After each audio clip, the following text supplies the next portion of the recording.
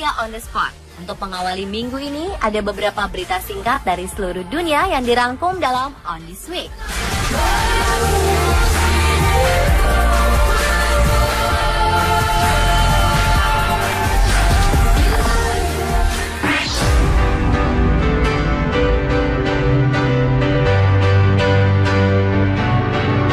Mungkin tak banyak yang tahu jika pejalan kaki memilih hak yang diatur dalam undang-undang. Pejalan kaki berhak atas ketersediaan fasilitas pendukung seperti trotoar dan tempat penyeberangan. Namun pada prakteknya, para pejalan kaki harus menempuh bahaya karena kurangnya fasilitas. Pemerintah Hong Kong menyadari benar keselamatan pejalan kaki di negaranya. Mereka membangun jalan layang khusus pejalan kaki yang menghubungkan gedung satu dengan gedung yang lain. Central Elevated Walkway ini juga menjadi sarana penyeberangan yang aman karena tidak harus melalui zebra cross. Dari jalan layang ini, kita juga bisa melihat lalu lintas Hong Kong tanpa harus membahayakan diri sendiri. Adanya jalan layang ini menambah minat warga Hong Kong untuk memilih naik angkutan umum daripada memakai kendaraan pribadi. Mungkin konsep ini bisa diadaptasi di Indonesia untuk mengurangi bahaya yang dialami pejalan kaki.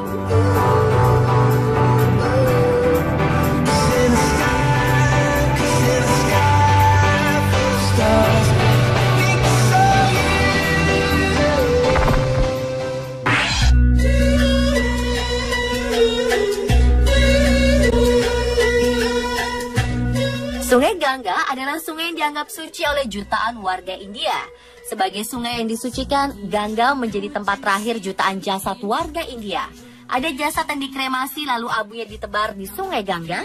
Ada pula yang hanya dibuang begitu saja karena tidak memiliki biaya untuk melakukan kremasi. Baru-baru ini pemandangan aneh muncul di sungai Gangga. 80 jasad ditemukan mengambang di area dangkal sungai di dekat tempat kremasi Uttar Pradesh. Arah pemandangan ini, banyak anjing dan burung memakan jenazah yang sudah membusuk dan membengkak di aliran sungai. Peristiwa ini mengkhawatirkan pemerintah setempat, karena jasad-jasad ini bisa merusak ekosistem kehidupan di sekitar sungai Gangga, termasuk penduduk sekitar. Pemerintahan Perdana Menteri Narendra Modi bertekad membersihkan sungai Gangga dari polusi ini, namun masih harus berkomunikasi dengan masyarakat mengenai jalan keluar yang akan diambil.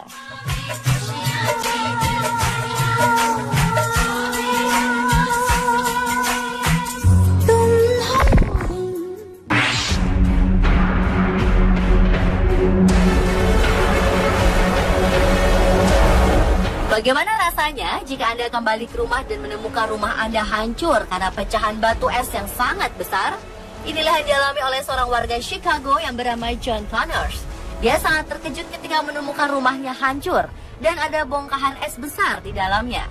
Tidak ada yang mengetahui dari mana batu es tersebut berasal, karena jika dilempar dengan sengaja, tidak mungkin ukurannya sebesar yang ada di dalam rumah.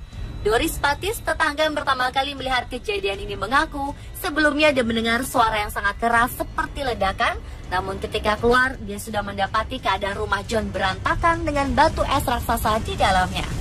John pun melaporkan kejadian ini ke pihak kepolisian setempat untuk diselidiki. Beberapa ahli memperkirakan bongkahan es raksasa itu merupakan bagian dari fenomena hujan meteor yang dikenal sebagai mega cryo meteor.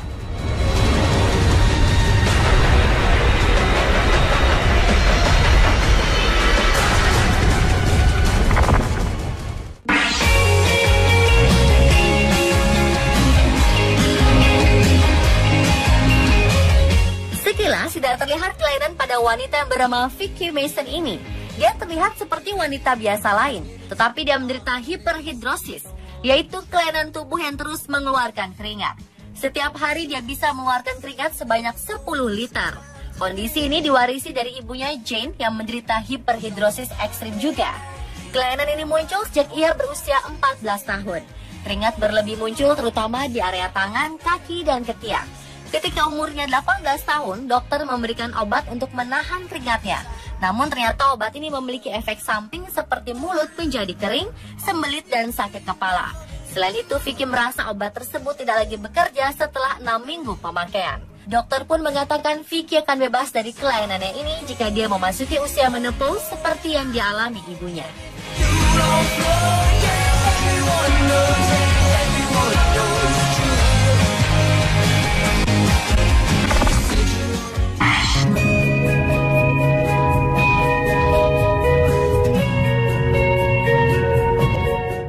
cara yang bisa dilakukan untuk membangkitkan kesadaran penderita koma. Seperti seorang suster di Tiongkok membangunkan pasien yang bernama Shaoli dengan uang 100 yuan atau setara dengan 200.000 rupiah. Shaoli mengalami pendarahan otak yang cukup serius dan membuatnya koma hampir setahun.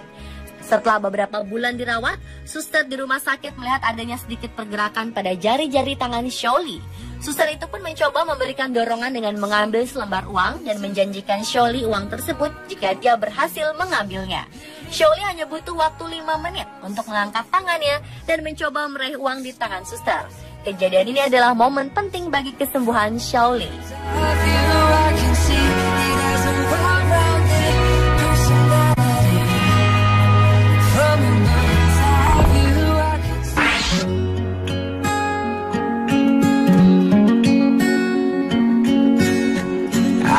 Tidak ada yang tidak mungkin jika berani bermimpi dan bekerja meraih mimpi itu. Inilah yang diyakini seorang tukang cukur bernama Ramesh Babu setiap hari. Dengan kerja keras dan kepintarannya, dia berhasil menjadi tukang cukur terkaya di dunia. Ramesh Babu sebenarnya hanya menjalankan salon cukur yang diwariskan ayahnya setelah meninggal. Namun Ramesh pintar memutar uang yang dihasilkannya dari salon ini. Dengan hidup sederhana, Ramesh mengumpulkan uang dan berhasil membeli sebuah mobil. Mobil itu pun tidak dia gunakan untuk bersantai-santai, tetapi disewakan kepada yang membutuhkan. Keuntungan dari penyewaan mobil itu dia kumpulkan selama bertahun-tahun untuk membeli sebuah barang yang diidam-idamkannya sejak kecil. Setelah bertahun-tahun, akhirnya keinginannya pun tercapai. Dia bisa membeli 2 mobil mewah yang harganya mencapai 798 juta rupiah.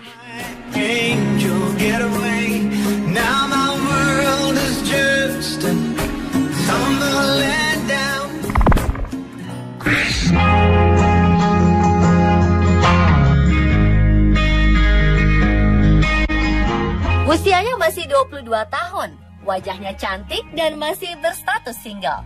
Inilah Nurmala Hamid, lurah muda yang dipilih Bupati Gorontalo untuk melayani masyarakat di Kelurahan Tilihua, Gorontalo.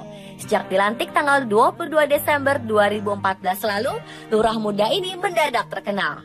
Selain cantik seperti boneka Barbie, Nurmala juga cerdas dan tegas dalam melaksanakan tugasnya. Dia menyelesaikan pendidikan di Institut Pemerintahan Dalam Negeri atau IPDN Bandung. Setelah lulus, Nurmala langsung bekerja di Badan Kepegawaian Daerah Pendidikan dan Pelatihan Kabupaten Gorontalo. Dari sinilah Bupati Gorontalo menilai Nurmala bisa dipercaya menjadi salah satu lurahnya. Warga Tilihua pun bersyukur mendapatkan lurah cantik yang ramah dan tegas.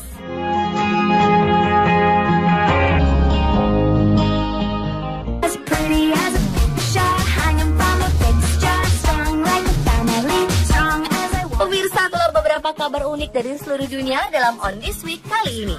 Saksikan berita-berita singkat lainnya di On This Week pekan depan.